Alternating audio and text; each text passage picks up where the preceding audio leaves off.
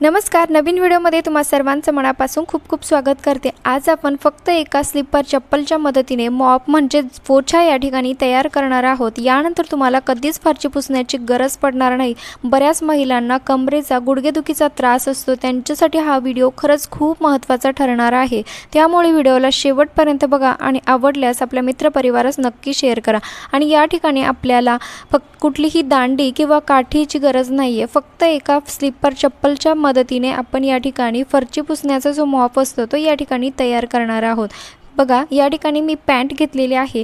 तुम्ही अशा पद्धतीने जुना कपडा, तुमच्याकडे कुठलाही जुना कपडा असेल, जुना टी-शर्ट असेल, बनियन असेल किंवा जुना टॉवेल असेल, कुठलाही तुम्ही कपडा या ठिकाणी वापरू शकतात। माझ्याकडे अशीच जुनी पॅन्ट होती, त्या पॅन्टला मी या ठिकाणी कट करत आहे। बघा, अशा पद्धतीने आपल्याला जो पायाचा कडचा जो भाग आहे तो व्यवस्थित अशा पद्धतीने पॅन्टच्या दोऱ्या ज्या आहे त्या कट करून घ्यायच्या आहे। अगदी सोपी पद्धत आहे, 1 रुपया पण खर्च न करता किंवा लहान मुलांना सुद्धा जमेल इतकी सोपी पद्धत मी आज तुमच्या सोबत शेअर करते आहे। त्यामुळे व्हिडिओला शेवटपर्यंत बघा आणि आवडल्यास आपल्या मित्रपरिवारास शेअर करायला विसरू नका। बघा, मी या ठिकाणी पॅन्टची एक अशा पद्धतीने एक दोरी जी आहे ती कट करून घेतलेली आहे। सर्व दोऱ्या आपल्याला पॅन्टच्या जेवढ्या दोऱ्या आपल्याला निघतील तेवढ्या पण दोऱ्या आपल्याला या ठिकाणी कट करून घ्यायचं आहे।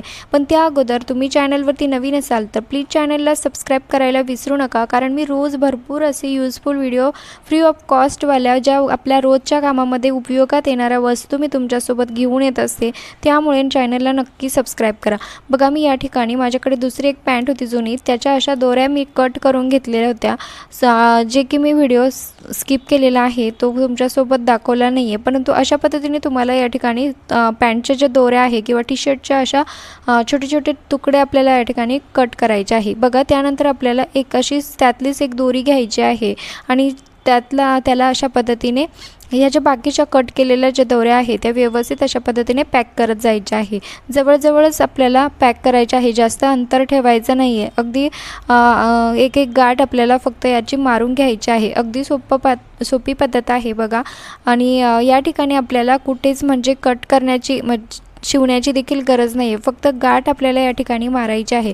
आणि हो, तुम्ही हा व्हिडिओ कुठल्या गावातून किंवा शहरातून बघत आहात ते देखील मला खाली कमेंट्स करून नक्की कळवा, जेणेकरून मला कळेल की माझा व्हिडिओ कुठे कुठे पोहोचला ते।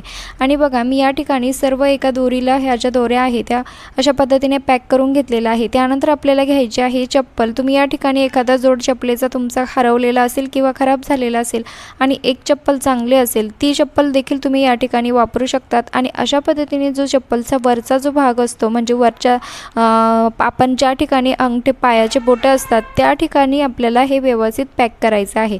आता तुम्हाला प्रश्न पडला असेल की चप्पलच्या पाठीमागच्या साईडने आपण हे पॅक कसं करू शकतो, तर या ठिकाणी आपल्याला ग्लू गनची मदत लागणार आहे। तुम्ही ग्लू गन तुमच्याकडे नसेल तर तुम्ही याला सुई धाग्याने शिवून जरी घेतलं तरीही चालेल। बघा, मी या ठिकाणी ग्लू गनच्या मदतीने व्यवस्थित याला पॅक करत आहे आणि व्यवस्थित हे पॅक देखील होतं, पाण्यात जरी गेलं तरीही निघत नाही।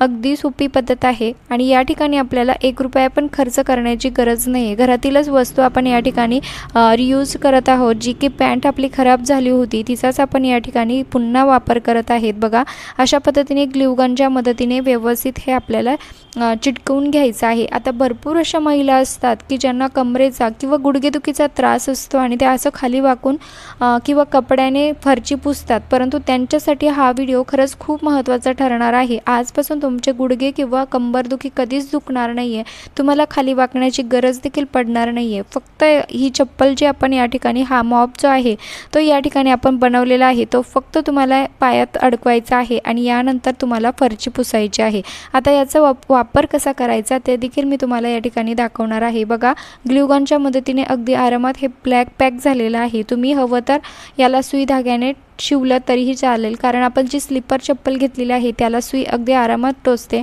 बघा, अगदी सोप्या पद्धतीने हे बनवलेलं आहे, नक्की ट्राय करून बघा। आणि तुम्हाला माझी ही मेहनत थोडी जरी युजफुल वाटली असेल तर प्लीज एक लाईक करायला विसरू नका, कारण तुमच्या एका छोट्याशा लाईकमुळे मला खूप जास्त मोटिवेशन मिळत असतं।